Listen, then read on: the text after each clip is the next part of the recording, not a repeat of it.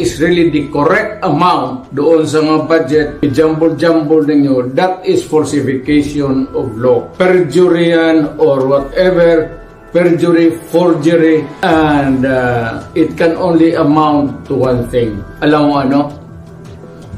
It's criminal action. By all commandments of the law, that cannot be valid. Invalid, unenforceable, and kung na-implement na, it must be corrected and the money returned.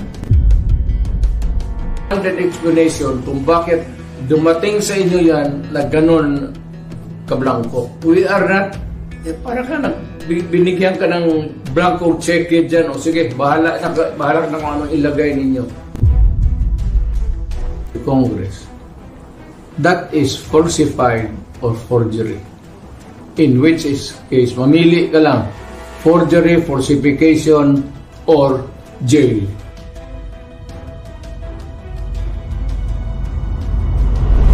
There's something terribly wrong.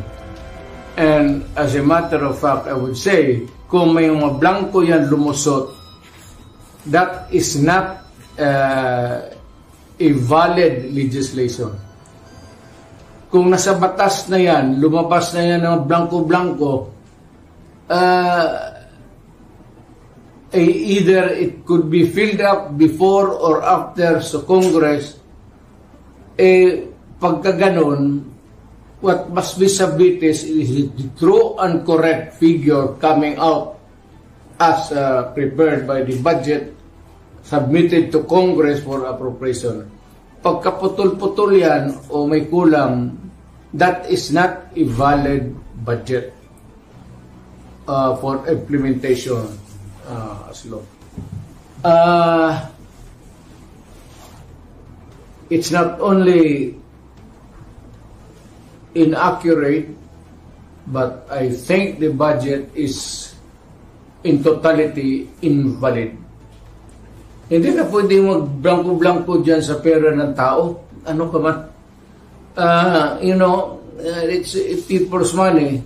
Maglagay ka ng mga mga provisions, but without the true and correct items or money that would be appropriated by Congress, by the people owning the money. So everything must be explained clear, patent, without doubt, na itong pera na ito, para ito sa ganito. Itong para na ito, para sa eskwelahan, ito para sa agriculture. But you do not leave any item there vacant. Itong pera na ito, blanco, to be filled up later on. That is not allowed by law. And that budget is already I would like to remind Congress, mali ho yan. It's invalid. Please correct it. Or recall the budget and demand an explanation kung bakit dumating sa inyo yan na ganun kablangko. We are not, para ka binigyan ka ng blanco check dyan, o sige, bahala na kung anong ilagay ninyo.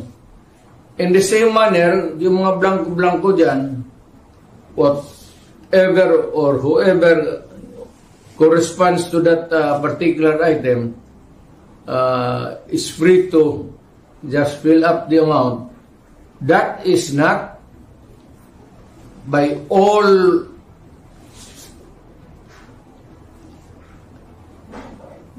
commandments of the law, that cannot be valid, invalid, unenforceable, and kung na-implement na, it must be corrected and the money returned if already spent or corrected. And kung sino man ang ano niyan, they have to give us the explanation. Otherwise, sabihin ko sa mga Pilipino, huwag na kayo magbayad ng buwis ninyo. Ganun lang naman, pinagsasaya nito mga kumang na to, puro check-in na blanco, then they try to pass it as a law, and they are free to choose now the amount which they want to place. Hindi natin alam kung ano ang reserba nila, kung anong gusto na ilagay, sobra doon sa pera natin. It could be that the money is in the hands of the government now, or future appropriations, or reserva ba ito? If it does not clear anything, then that is invalid and not correct. Motion to allow the technical staff to make correction in cases of typographical, grammatical, or nasa omnibus motion, printing errors. So they are allowed to make necessary adjustments. So those are material and substantial items, yung blank items, may figures na malalaki, hindi pwede yun. That can never be classified as typographical or grammatical or printing error. Alam mo, yung nakikinig, baka hindi nyo alam yan, yung typographical, grammar or anything, that has nothing to do with what the intent of the law or Congress wants. No, you put anything there that is not the reflection of what Congress has passed, or what is really the correct amount doon sa mga budget, i-jumble-jumble ninyo, that is falsification of law. Perjury yan or whatever, perjury, forgery, and it can only amount to one thing. Alam mo ano? It's criminal action. You can all go to jail for that.